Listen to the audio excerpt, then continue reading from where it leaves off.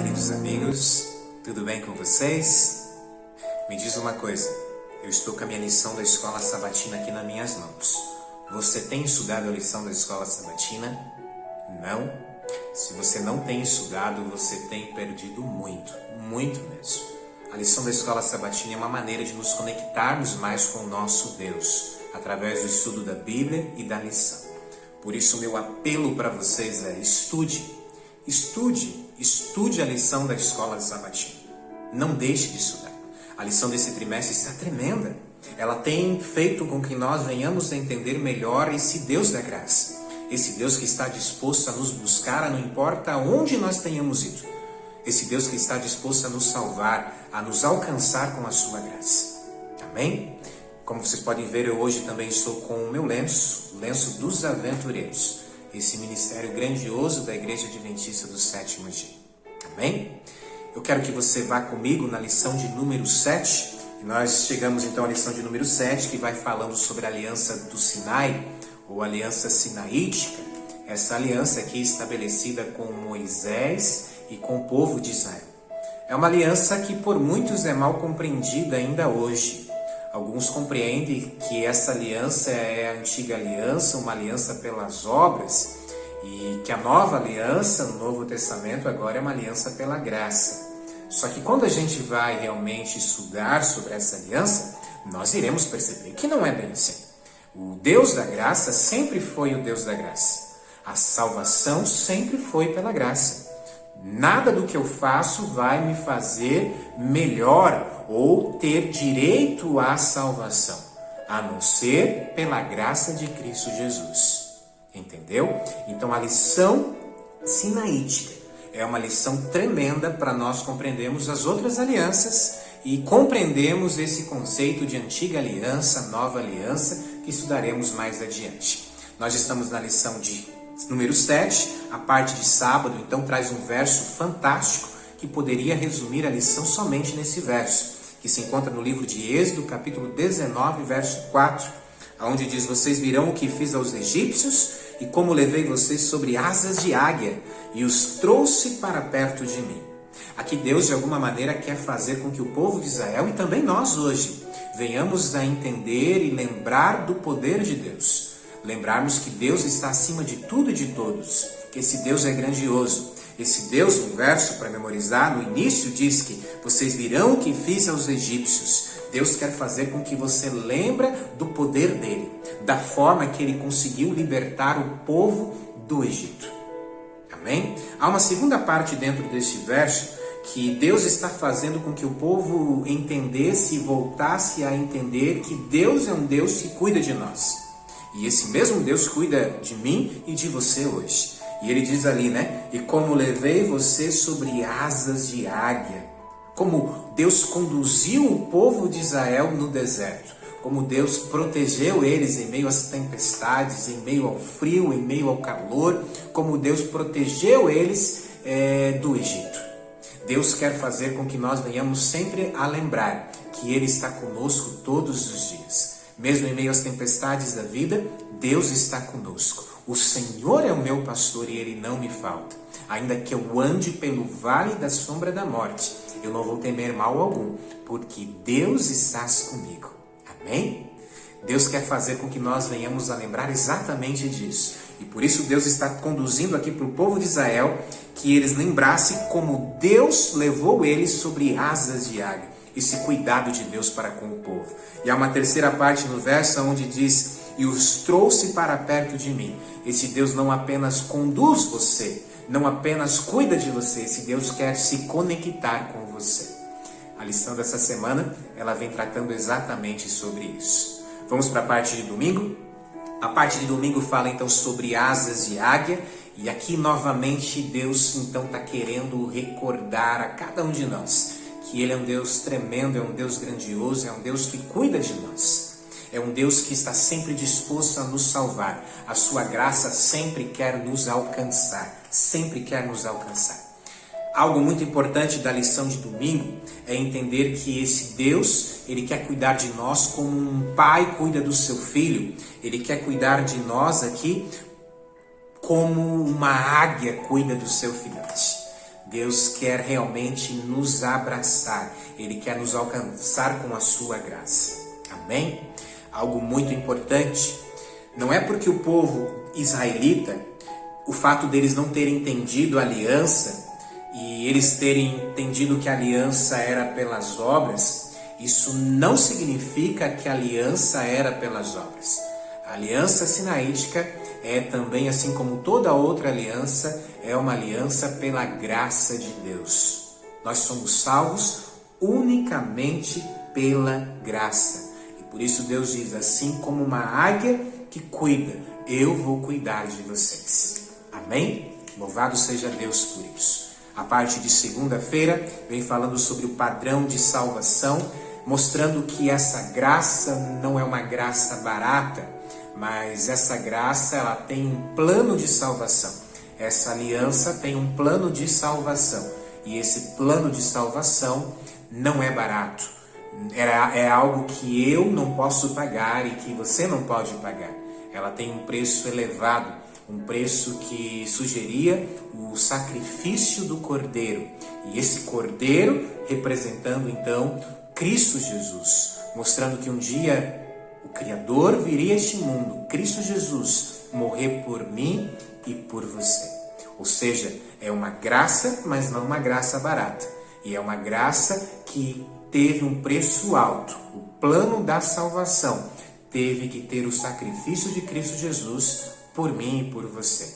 Ou seja, Jesus precisou vir a este mundo morrer por mim, para que hoje eu pudesse estar aqui falando com vocês. Amém? Ou seja, entender esse padrão da salvação é entender que essa graça sim tem um alto preço. A parte de terça-feira, Aliança no Sinai, há 3 grandes eventos que acontecem aqui dentro desse conceito dessa aliança sinaítica. A primeira delas é exatamente o Êxodo, mostrando ali como Deus protegeu, como Deus cuidou, como Deus libertou o povo da escravidão. A segunda parte realmente é o estabelecimento ali dessa aliança. E a terceira parte é o conceito ali, ou a construção do santuário. Ambas elas mostram a graça de Deus. Ah, pastor, mas a antiga aliança, eu compreendo que ela é a salvação pelas obras e a nova aliança é a salvação pela graça. Estou certo ou estou errado? Está errado. Porque a salvação sempre foi pela graça, nunca foi pelas obras. Vamos aos mandamentos de Deus? Pegue sua Bíblia no livro de Êxodo, no capítulo 20. Livro de Êxodo, no capítulo 20. Lá você vai encontrar os 10 mandamentos. A primeira delas, é muito importante você ler não apenas a partir do verso 3, onde se encontram os 10 mandamentos, mas já a partir do verso 1. A partir do verso 1 você vê ali, então falou Deus todas essas palavras, ou seja, quem fala é Deus, não é Moisés. Esse é o primeiro ponto. É uma lei dada por Deus. É uma aliança feita por Deus. Não é uma lei dada por homens. É uma lei de Deus. E o segundo verso é um verso extremamente importante, porque o segundo verso nos diz: eu sou o Senhor teu Deus que te tirei da terra do Egito, da casa da servidão. Ou seja, Deus, antes de trazer aqui os mandamentos de forma escrita, Deus, ele recorda o povo que ele é aquele Deus que libertou eles. Que ele é aquele Deus que os salva. Ele é aquele Deus que os alcançou através da graça. Amém? Isso é muito importante porque a graça vem antes das obras. Sempre. A salvação sempre foi pela graça. Sempre foi pela graça. Os mandamentos eles vêm por quê? Porque durante 400 anos o povo ficou escravo do Egito. E durante esses 400 anos o que acontece? Há uma mudança de cultura e eu agora me acostumo com as culturas egípcias e acabo agora me esquecendo das coisas de Deus. Deus ele liberta o povo da escravidão do Egito, mas Deus não apenas quer libertar o povo de uma escravidão do Egito, mas também da escravidão do pecado. Deus quer levar o povo novamente pertinho dele. E por esse motivo, Deus de forma escrita traz os 10 mandamentos, para que o povo entendesse como estar realmente agora conectado com Deus, como realmente estar agora aceitando a graça que é o próprio Deus. Amém? A graça sempre vem antes das obras. A graça é a maneira que Deus fez para nos salvar, para que eu e você um dia pudéssemos ter vida eterna ao lado dele. Amém? Louvado seja Deus por isso. A parte de terça-feira, a parte de quarta-feira agora, ela vem tratando sobre Deus e Israel, e aqui vem mostrando realmente que a lei, ela não tem função de salvar. Eu costumo dizer Deus aqui a graça, Israel aqui o conceito da lei, e ela vem nos mostrando que a lei realmente não tem função nenhuma para nos salvar. Eu sou salvo unicamente pela graça que é Cristo Jesus, mas ela é uma resposta. A lei é uma resposta, uma obediência que mostra que realmente aceitamos a graça que é Cristo Jesus. O próprio Jesus disse em João: se me amais, guardareis os meus mandamentos. Ou seja, é uma prova de amor, que eu realmente aceitei essa graça, e essa graça realmente me transformou, e hoje eu estou conectado com Ele. Entendeu?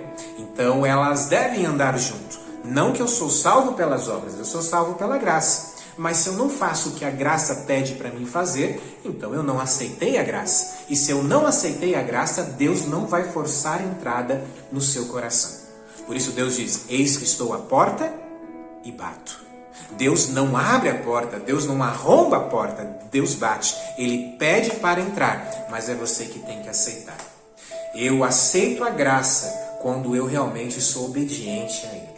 Obediente a Ele. Amém? Louvado seja Deus por isso. Ellen Golding White, inspirada por Deus no livro Caminho a Cristo, na página 61, ela tenta nos explicar exatamente sobre isso que estou falando para vocês.